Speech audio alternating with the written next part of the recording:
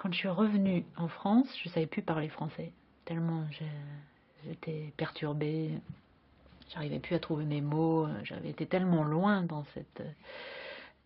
Et Guylain, mon mari, comme j'étais très malade, je faisais plus que 30 kilos, enfin, on a fait un voyage, il m'a emmené en Grèce, hein, et nous étions sur l'île Tinos.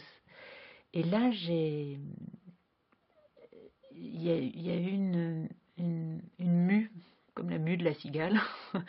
C'est-à-dire que je me suis retrouvée sur ces récifs au bord de l'eau avec la petite chapelle, le vieux pin accroché aux cailloux, enfin, des paysages absolument extraordinaires.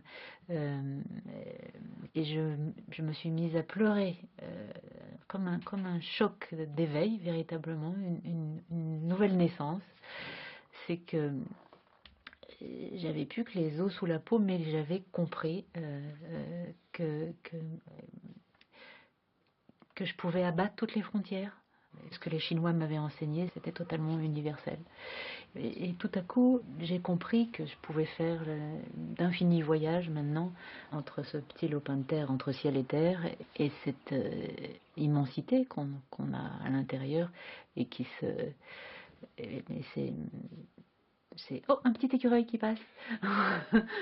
Regardez, il est trop beau. Euh, et voilà, c'est exactement ce que je tente de vous expliquer, c'est-à-dire que ça suffit un petit jardin pour pouvoir comprendre cette réalisation spontanée, que la vie, que tout est vivacité, que tout est transformation incessante. Et ensuite, j'intériorise tout ça.